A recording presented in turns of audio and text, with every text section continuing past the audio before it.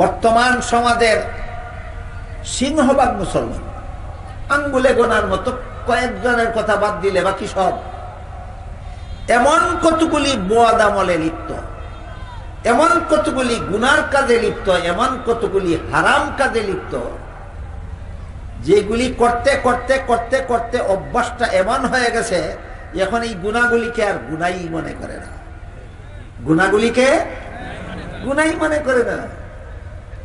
এই সমস্ত বদ আমলের মধ্যে একটা বদ আমল হলো গান শোনা। কি নাম? গান শোনা।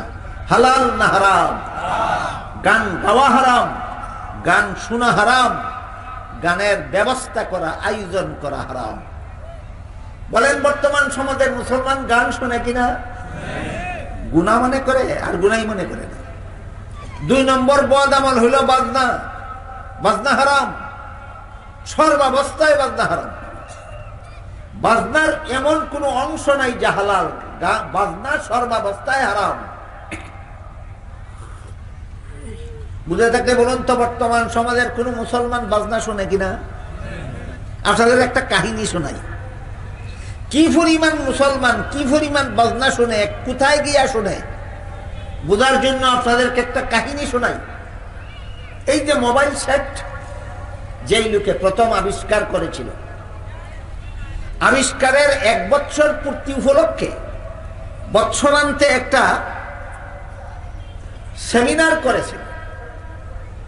1 বছর আবিষ্কারের 1 বছর পূর্তি উপলক্ষে মোবাইলের আবিষ্কারক একটা সেমিনারের আয়োজন করেছিল। সেই সেমিনারে মোবাইলের আবিষ্কারক আনন্দে নাচতে শুরু করে দিয়েছিল। লোকেরা জিজ্ঞাসা করেছিল, মোবাইল আবিষ্কার করেছো ভালো কথা, সেমিনার করেছো আলোচনার জন্য ভালো কথা, তুমি নাচতে শুরু করলা কেন?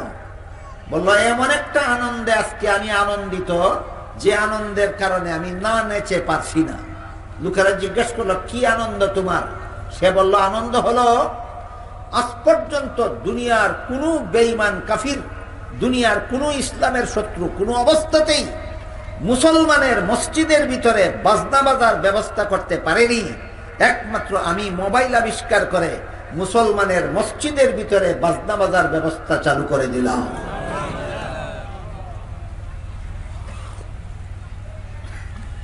কাহিনী বুঝে থাকলে আপনারা বলুন, মুসলমানের মসজিদের ভিতরে নামাজের ভিতরেও আজকাল বাজনা বাজে কিনা? এটা গুনাই মনে করে না। আর বাজনারে হারাম, বাজনাতে হারাম, এটাকে আর হারামই মনে করে না।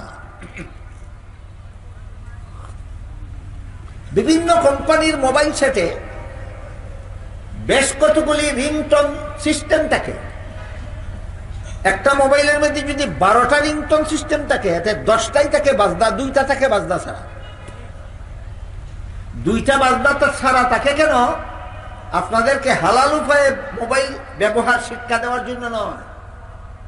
যারা যে কোনো মূল্যের বিনিময়ে হারাম থেকে বেঁচে থাকতে চায় তাদেরকেও কাস্টমার বানাবার জন্য। মসজিদের ইমাম সাহেব যেন মোবাইলের কাস্টমার হয়, মসজিদের মুয়াজ্জিন সাহেব যেন মোবাইলের কাস্টমার হয়।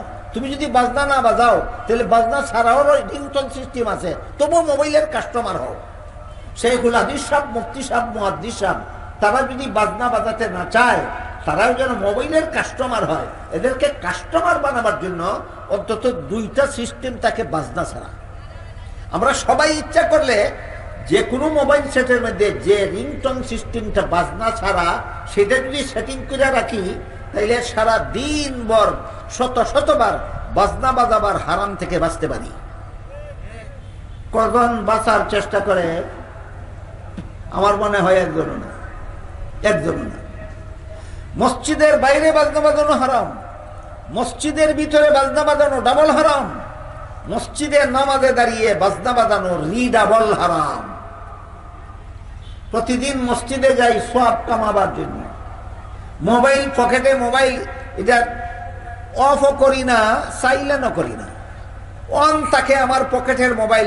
নামাজের জমাতে মসজিদে গিয়ে শরীক হয়ে যায়। নিয়ত করার পর থেকে যত জনে রিং দিল ততবারই মসজিদের ভিতরে নামাজের ভিতরে আমার পকেটে বাজনা বাজতে রইল। হারাম, ডাবল হারাম না রিডাবল হারাম?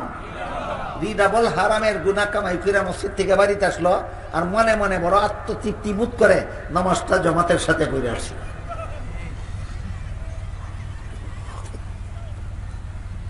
নামাজটা জামাতের সাথে না পড়লে অন্তত এরকম জঘন্যতম হারাম হয় না, সুন্নতের খেলাফ হয়। নামাজ জামাতের সাথে না পড়লে এরকম নিশ্চিত হারাম কাজ হয় না, সুন্নতের খেলাফ হয়। আর মসজিদে গিয়ে জমাতে শরীক হইয়া পকেটও বাজনা বাজলে নামাজের ভিতরে তিনটা হারাম হয়। একটা হলো বাজনা বাজানির হারাম, একটা মসজিদের ভিতরে বাজানির হারাম, একটা নামাজের ভিতরে বাজানির হারাম।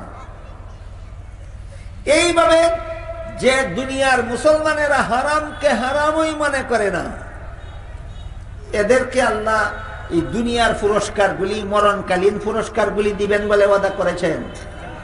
বদ আমলে লিপ্ত থাকলে না নেক আমলে লিপ্ত থাকলে? নেক আমলে লিপ্ত থাকলে। আরেকটা হারাম বর্তমান সমাজের মুসলমান হারাম মনে করে না, সেটা হলো ছবি। ছবি, মানুষের ছবি অথবা জীব জানোয়ারের ছবি ঠেকা বসত ছাড়া হারাম। ছবি তোলা হারাম, ছবি সংরক্ষণ করা হারাম, ছবি গড়ে লটকানো হারাম, শুধু ঠেকা বসত ছাড়া। ঠেকা বসত কেমন? ধরেন আপনি হজে যাবেন, পাসপোর্টের দরকার হবে কিনা? ছবি ছাড়া পাসপোর্ট হবে? তাই আপনি পাসপোর্টের ছবি, পাসপোর্টে ব্যবহারের জন্য ছবি উঠালেন।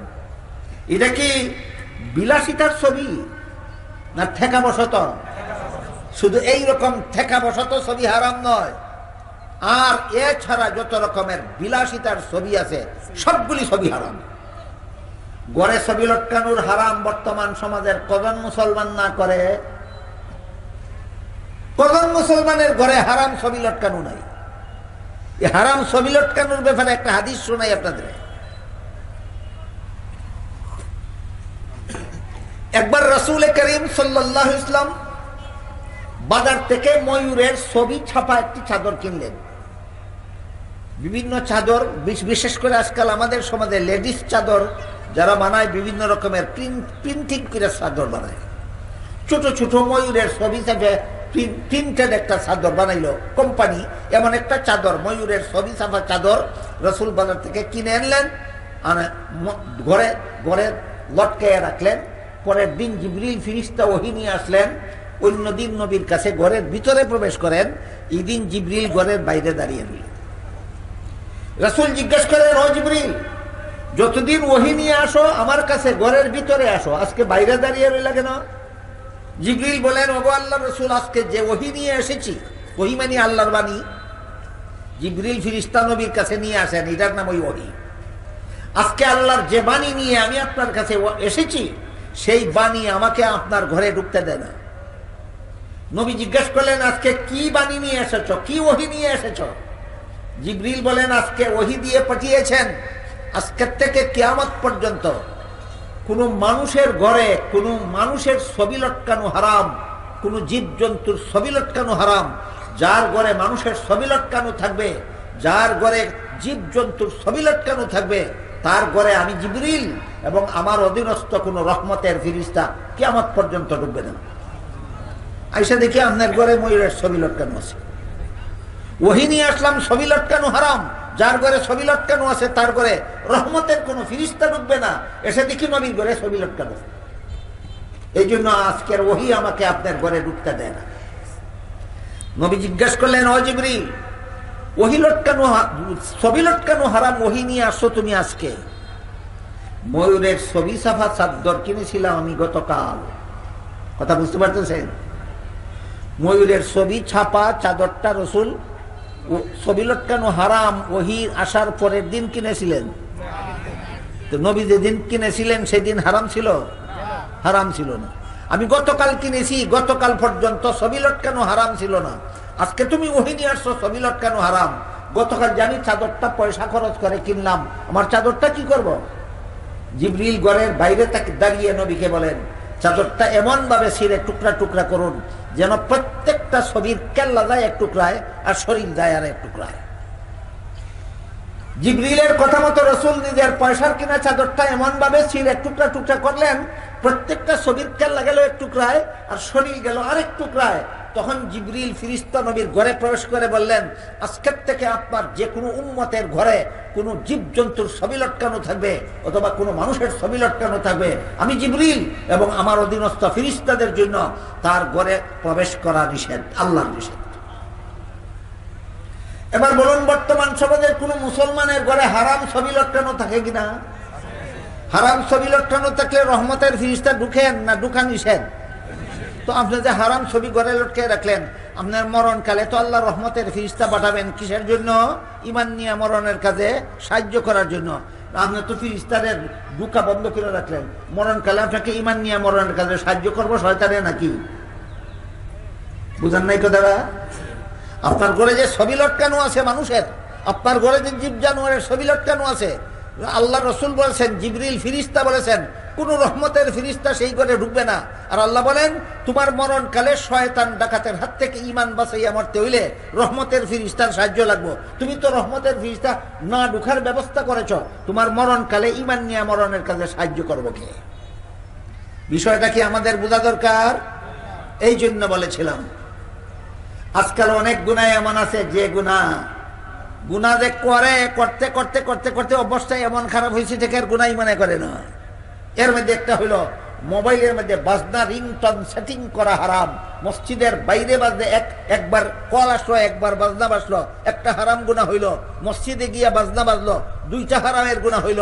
নামাজের ভিতরে বাজনা বাজলো, তিনটা হারামের গুনাহ হইল। কাজেই এই মোবাইলের বাজনা রিংটন সেটিং করা এক হারাম, মোবাইলের স্ক্রিনের মধ্যে বিভিন্ন মানুষের অথবা বিভিন্ন জীবজন্তুর ছবি সেভ করা রাখা হারাম। আমার হাতের মোবাইলটা আপনারা এক্ষুনি নিয়ে যান, দেখুন যদি রিংটন বাজনা বাজে, দুন রাকান কাটতে আপনাদের হাতে দিয়ে যাবো, জীবনে আর মোবাইল ব্যবহার করবো না। আমার মোবাইলে যদি কোনো হারাম ছবি সেভ করা পান, মোবাইলটা আগুন দিয়ে পুরাই ফেলাইবো আপনাদের সামনে, আর জীবনে কোনোদিন মোবাইলে আনতে পারবো। আমার মুখে যতটুকু সৎ সাহস আছে এই সমস্ত হারামের বিরুদ্ধে কথা বলার, ওই সমস্ত মৌলবীদের অন্তরে সেই সৎ সাহস নাই যাদের মোবাইলের মধ্যে হারাম ছবি আছে, যাদের মোবাইলের মধ্যে হারাম বাজনা রিংটন সেটিং করা আছে। আল্লাহ বলেন, ইন্নাল্লাযীনা ক্বালু রাব্বুনাল্লাহু সুম্মা ইসতাকামু তাতানাজ্জালু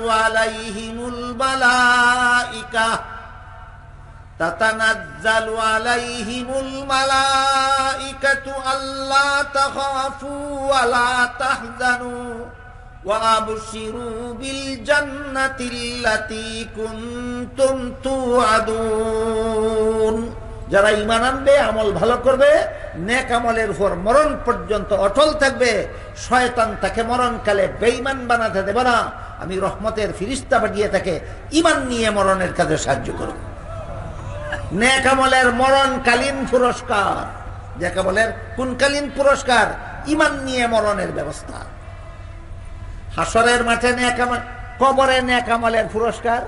হাদিস শরীফে রাসূল করিম সাল্লাল্লাহু আলাইহি ওয়াসাল্লাম বলেন, মুনকার নাকির ফেরেশতা প্রশ্ন করবে ঈমানদার নেক আমলওয়ালাকে, মার রাব্বুকা, তোমার রব কে? জবাব দিবে রাব্বি আল্লাহ। জিজ্ঞাসা করবে মা দীনুকা, তোমার ধর্ম কি? জবাব দিবে দীনি আল ইসলাম। প্রশ্ন করবে মান হাদার রাজুলুল্লাযী বুইসা ফিকুম ওয়া ইউকালু লাহু মুহাম্মদ, মুহাম্মদ নামের যেই ব্যক্তিকে তোমাদের হেদায়েতের জন্য পাঠানো হয়েছিল তার ব্যাপারে তোমার মতামত কি? সে বলবে হাযা মুহাম্মাদুর রাসূলুল্লাহ। এই তিন প্রশ্নের জবাব দেওয়ার সাথে সাথে আল্লাহ ফেরেশতাদেরকে আদেশ করবেন, তার কবরের জগৎটাকে প্রশস্ত করে দাও, তার কবরের বাড়িতে জান্নাতের বিছানা বিছাইয়া দাও, তার গায়ে জান্নাতের পোশাক পরিয়ে দাও, তার কবরের বাড়ির সাথে জান্নাতের দরজা করে দাও, যেন কিয়ামত পর্যন্ত কবরে শুয়ে শুয়ে জান্নাতের সুখ শান্তি করতে দেখে। যে লোক কবর জগতে ঈমান আমলের পুরস্কার, হাসরের মাঠে ঈমান আমলের পুরস্কার। আল্লাহ তাদেরকে হয়তো হিসাব নেবেন না, আর না হয় সহজ হিসাব নেবেন। সহজ হিসাবের বিবরণ দিয়ে রাসূল বলেন, নিয়মিতই নেক আমল করছিল, মাঝে মধ্যে ঠেকাবশত বেগাত হয়ে গেছিল, আল্লাহ এই বেগাতগুলি দেখাইয়া বলবেন তোমাকে মাফ করে দিলাম। হাসরের মাঠে নেক আমলের পুরস্কার। তারপর ঈমান এবং আমলের চূড়ান্ত পুরস্কার হইল জান্নাত। সেই জান্নাতের বিবরণ দিয়ে আল্লাহ বলেন, মান আমিলা সালিহাম মিন যাকারিন আও উনসা ওয়া হুয়া মুমিন ফালানুহইয়ান্নাহু হায়াতান তাইয়্যিবা। কোন মানুষ যদি মুমিন হয় আর আমল ভালো করে, তাহলে সে পুরুষ হোক অথবা নারী হোক, আমি তাকে পবিত্র জীবন দান করব। পবিত্র জীবনের এক ব্যাখ্যা আছে দুনিয়াতে পবিত্র জীবন, পবিত্র জীবনের আরেক ব্যাখ্যা আছে আখিরাতে পবিত্র জীবন। আয়াতের ব্যাখ্যায় তাফসীরের কিতাবে লেখা আছে, ইমানদার নেক আমলের পরকালীন পবিত্র জীবনের নাম জান্নাতি জীবন। বলুন, ইমানদার নেক আমলওয়ালার পরকালীন পবিত্র জীবনের ব্যাখ্যা কি? জান্নাতি জীবন। আমি পরকালে তোমাকে জান্নাতি জীবন দান করব।